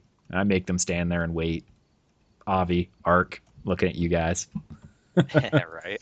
Yeah, they're just standing there in my dirty house going, well, are we going to do something? And it's like, maybe. At first, I was so confused, too. We're all just standing there. Then you ran into another house, and we're on the roof. And I'm just standing there thinking, what are we doing right now? Then I finally came to the conclusion when you typed, do you hear them under us? And I was like, oh, my gosh, he's questing. I was like, okay. I see. KDR Mickey jumped into our chat. Sorry to interrupt you. No problem. Hey.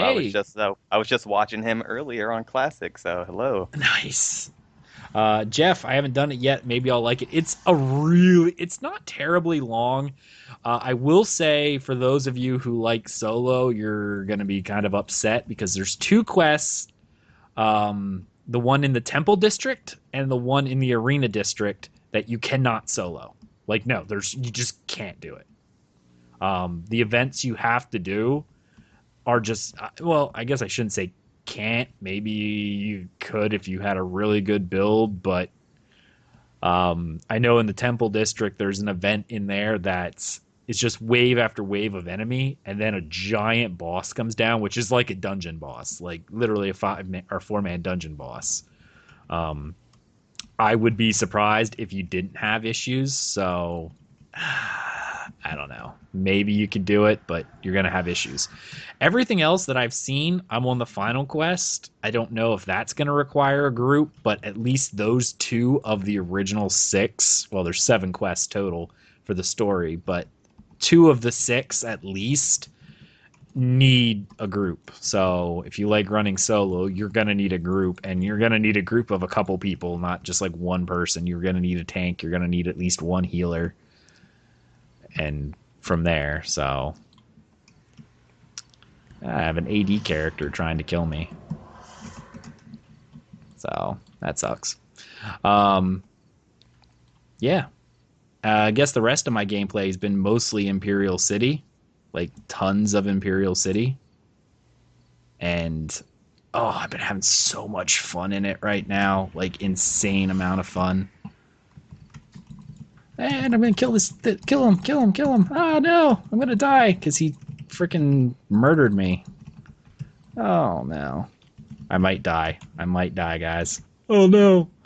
Sorry, this is awful for show. Yeah, this is mostly what I'm doing right now, and that is doing Imperial City. I did get to try what was it? One of the dungeons. Which dungeon was it? Prison? Oh, the prison. Yeah, the prison was good. The prison was really, really good. Difficult, though. Oh, my goodness, it was so difficult. So very difficult. But difficult in a very good way. We started at VR 14, and then we had more than that. It was more than VR 14. I was VR 15 at the time, and we had a VR 16 tank. No, VR 16 healer, VR 15 tank, and we scaled it down to VR 1, and we're still getting our bums handed to us. Like it was really, really difficult. And I'm not really sure. Maybe it's just we didn't know the mechanics. But there was quite a bit that was very, very difficult. And I managed to get away from that Aldmari Dominion guy. So. Nice. Oh, my. Now I'm in a safe spot so I can talk. They are insanely difficult for what they are. And even the Imperial City as itself is difficult. And Nate, you and I were talking about this before. The reason why it feels like the gold and silver zones prior to the nerf. Yeah. Yeah, it definitely feels closer to that. I agree. Yeah. Yeah. Yeah. Like you can't basically just walk in and piano key everything, and you really have to think and plan, which is great because I've got sick of not thinking or planning. Right. Yeah, you look at a group of 3 mobs going, how am I going to kill these guys? For me, I look for the nearest place to line of sight them. Like I will often throw like a spear or something and then run around and try to get them to a point like when they come around the corner of a doorway, I can then jabs them or wrecking blow them to kind of CC them, and then I just keep running around. That's how I look at that when I'm soloing things, going, how am I going to deal with this being outnumbered? Do you use Executioner? I do. Because I sometimes I can't decide which one I prefer, Executioner or Wrecking Blow. Because you can easily use them both very complementarily, but I don't know. They seem like I'm only ever going to use one or the other at any moment. Wrecking Blow is the one I would use for anything until they hit 25% health. Because and then get Executioner on them for the rest. Yeah, Wrecking Blow does so much more. Executioner really doesn't do much damage if you think about it. Until the bot near when the last 20%, because it does more damage based on the amount of health they're losing. Yeah, it's up to 300%, I think. Yeah, it takes an insane amount of damage. It's really, really, really good. After that, right now my bar, and again, take this into account. I should actually probably look at the notes because I do have a few things written down because I was actually working on my build this entire week because I hit VR 16 this week too. So yay. Don't be too impressed. I dinged over VR 15 after completing one quest. because I had so much experience. So don't be impressed.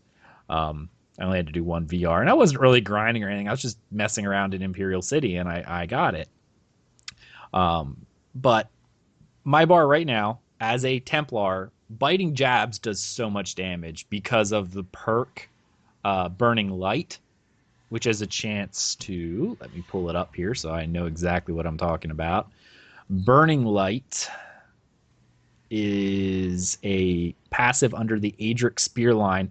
Gives you 25% chance to cause an extra, in my case, 2,680 magic damage anytime you hit with an Adric Spear ability. Biting jabs hits 4 times in like a second. So there's a good chance to get that to proc and do a lot of damage. So that's my main damage ability. I then have Wrecking Blow for CC. Executioner. Camouflaged Hunter, though I should really, that got changed since this patch. I should make it Evil Hunter. It's not as good anymore unless you're in PvP. And Rally for my two-handed bar. There's an interesting concept. Have you guys looked at the Moleg Canna set? The 2-set monster bonus? Which, what level? Is that 16? It could be any. It drops out of the Imperial White Tower, I think.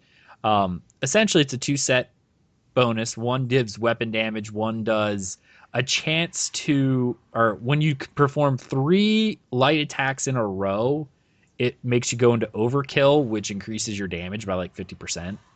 Overkill? Do they take that straight out of Final Fantasy? Possibly. Let me just make sure I know exactly what I'm talking about. But you would think that light attacks aren't really all that good, right? Because, I mean, they're nice for building up your ultimate, but really you're supposed to weave them in between attacks. I don't know if this is a bug or if it's intended, but you can actually do light attack, Wrecking Blow light attack, and it procs Moleg Canna right now. Yeah, I'm trying to get the Viper set at the moment because that does some decent boost to crit. The Viper or the new one, the Venom one? Because there's the Venom. There's a it's the Viper set? Yeah, it's called what is it called now? The something of the Viper. Okay. Yeah. Oh, I used to use that. I've got a piece of it somewhere, but I haven't managed to find many pieces of it at all. But it's of the Viper. Okay. The set is called Viper Sting is the set name. Okay. And so 2 items you get bonus to crit. 3 you get a big boost to stamina. Another gets you more crit, and another also adds 1,200 poison damage to every melee attack. Ooh. Yeah. It's a So nice I'm, and it's a nice set. Yeah, it's a Vet 14 set. It reduces, it increases potion duration, and you get a health bump, healthy passive for having a piece equipped. So it's pretty decent set. That does seem pretty nice. I like that. One of the things that was an issue this patch is the fact that they didn't update a lot of sets from VR 14. So, and a lot of the new sets that were released are just honestly very PvP focused, and therefore not very good for the type of play that I do, which is mostly PvE, right? And with that being said, almost all the best in slot gear this time is crafted for me. And I've been talking with Outcast, and I the best in slot, I love his Jabs Mania build, but I don't dual wield. I like the big two-hander. It's just what I like. It actually doesn't do much less damage, and he even confirmed that with me. He's like, really, the only thing you're missing is you're losing 1 minor weapon damage buff by going dual wield, or by going two-hand instead of dual wield, so you're not losing that much. Not enough to be like, oh, I've completely, ruined my character. So I can play with a style that I like and still do good damage, which is preferable to me. I just don't like dual wield. Not as a main set. I know what you mean. There's something quite satisfying about dual wield, though. Even if you're playing solo and you're quite high level, like things generally aren't a challenge in the main part of the game until you get to Craglorn or Delves and stuff like that. But it feels fast. Like it feels so fast that it's quite satisfying, and I've enjoyed that. Don't get me wrong. I really like dual wield as well. Is someone helping me? Oh yeah, someone is helping me. That's Imperial City. I love it, but it scared the poop out of me because I'm sitting here attacking something, and all of a sudden I see a fireball whizzing out of the sky. Oh, it's a DC player, and he was helping me. Wow, that's surprising. Maybe he wasn't helping me. Maybe he was trying to kill me and just hit the enemy. It's instead. symbiosis. You have the enemy of your enemy is your friend. I guess, until you don't have another enemy, and then your enemies. Yep. That's how it works. Well, he was up on a ramp or something. Like he's really high up in the air. Oh, I see where he's at. He's on the place where DC jumps in. And he's sitting there. I almost feel like he was trying to kill me. It's just so happened that he was targeting the enemy instead. Ooh, King. Oh, I entered combat from where? I don't know. Anyway, it was just fascinating. Like it was just really, really fascinating to see. But almost all of our stuff is crafted now, which in a way is good because I don't have to rely on RNG from dungeons, with the exception of one piece. I need one piece of Mole Kenna. I may go for 2 to try out that over kill build, but I don't have a lot of hopes for it yet. But I don't have to switch out a lot of gear. It's just there it is. But it's all Hundings, 2 Night Mothers, and then the agility jewelry, and then Mole Kenna, which really wouldn't be too much of a problem, except for how many pieces you need to hit VR16. You need like 130 of the new materials. So I've been farming like crazy to try to get these new materials. Yeah, so that is something I've been working on. So I'm probably going to actually try to trade some of the cloth, because I don't need the cloth right now, for either leather or metal, so I can get my last pieces. So yeah, that's been about it for my gameplay for this week. So yeah, guys, that's about it. So much fun though. I'm enjoying the Imperial City. Not so much for the PvP, because I'm not really a PvPer. I mean, I don't mind it. I like having it in my game. Don't get me wrong. I hate games that are just solely PvE. At least for the most part, even though that's the type of play I like. I like to know that I can go into PvP if I desire. I don't often, but I like to know I can do it. So there's that. But it's just, I don't know. It's just the nostalgia of the Imperial City. I have an affinity with podcasts, and one of the podcasts I listen to is probably insanely boring for most people. It's called The History of Rome. I love it. It's a history podcast, and one of the things that I've always loved about Elder Scrolls is that the Imperials are essentially the Roman Empire. So every time I listen to that, is it weird that I mix real world history, and when I'm listening about Rome, I think of the Imperial City and Elder Scrolls? It's definitely not weird. I really hope my kid never asks me about like the Roman Empire and goes, "Daddy, I need help with a thing for Rome for school." Well, yes, when Talos ascended to godhood, he will probably get like expelled. Going, no. None of this is correct. His teacher would be an Altmer, so you'd be. He comes back and I got an F. Was it a dirty Altmer? Is your teacher an Altmer? Yeah. So I don't know. It's one of my favorite aspects of this game, and walking around the city and the way designed it made it feel like ancient Rome. I'm just in love with it, so I'm all over it. All over it. All right. Moving on to our, well, let's see, our email section, our mailbag. Because we did have, we do have an email, and awesome. He's in chat. Toybox, we got an email from you. Everyone at Tales of Tamriel podcast, greetings.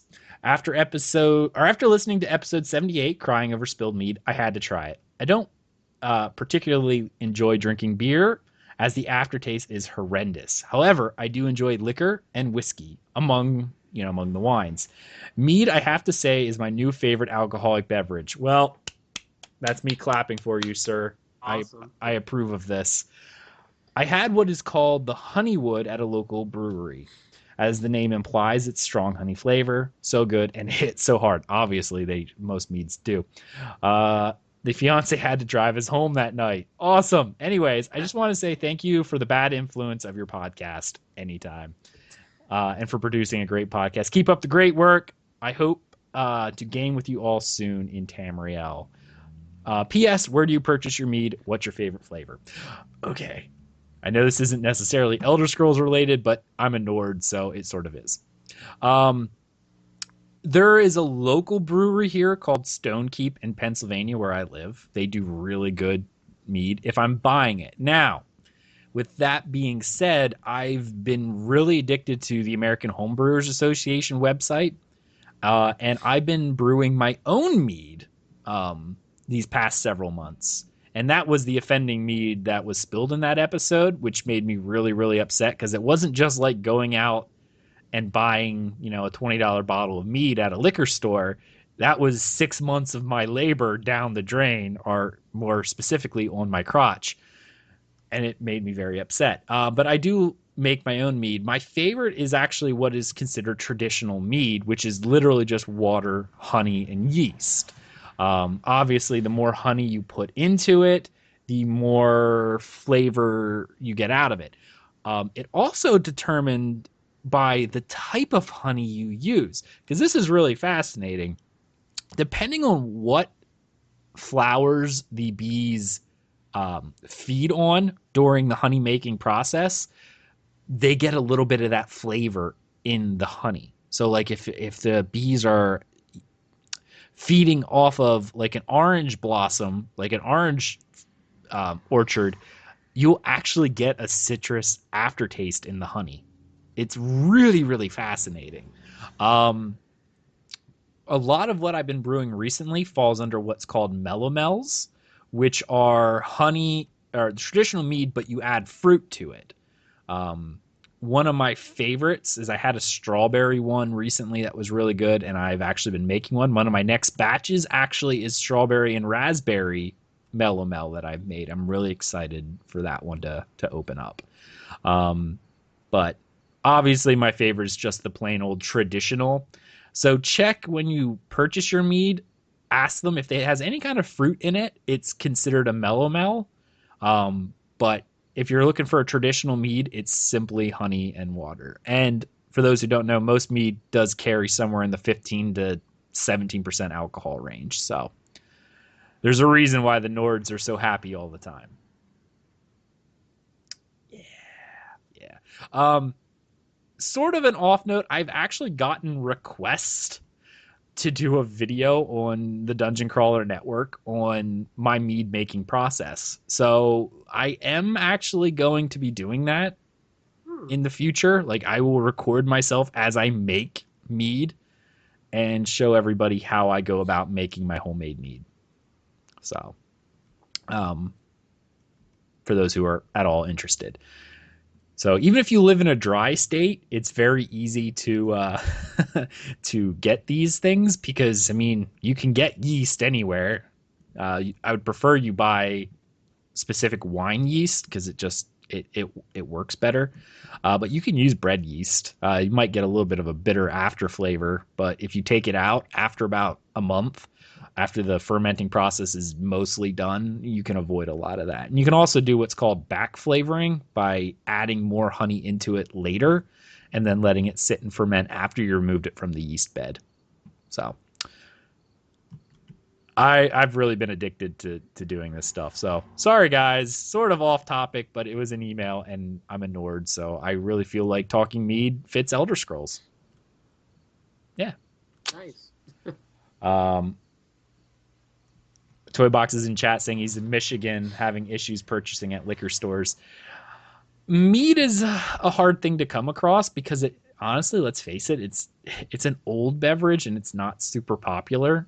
I mean, I don't know why it's not. It's delicious, but it's not popular in terms of the alcohol consumed, at least in the States, because it's too expensive for the alcoholics who would rather just have beer. It does have a very sweet taste, so if your palate is more aligned to bitter, you're going to want to stick to the beers, because hops obviously are bitter, whereas honey is very sweet. And if you don't like sweet things, you're not going to like mead because it's essentially alcoholic honey.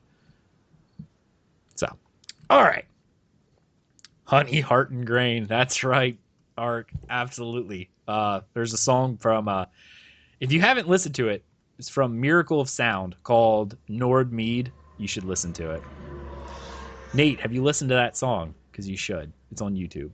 I have not listened to that song. No, but I am buying up my pieces of the Viper set now. Nice. Oh, nice.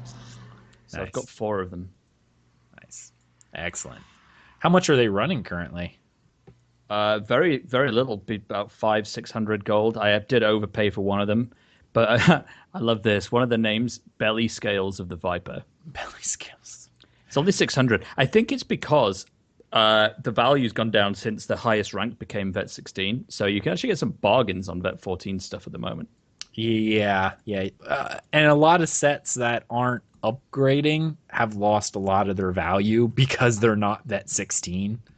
So, like, even the set that was going for like 500,000 gold per piece right now, which is like Cyrodiil's Light and the Ravager gear, is going for almost nothing now. I spent almost 1,000,000 gold on my Ravager gear and I couldn't even give it away now. It's kind of sad. That must hurt. It does. It really does. It really, really, really does. All that money I spent, and right now it's barely worth breaking down for the hoping to get, a tempering alloy back. That's really the only reason why I have it. All right, guys, it's the end of the show. I hope you had fun. I know I did. Let's go ahead and give our final thoughts and where people can find us. Let us start with Nate. Well, you can find me in several places. Number 1, on the EU mega server, I am at Lanxon101. That's LANXON 101, the numbers. And I play an EP. I'm on Twitter at Nate Lanxon, NATELANXON. And I also have a tech podcast that is pretty popular if you're interested in technology and my voice.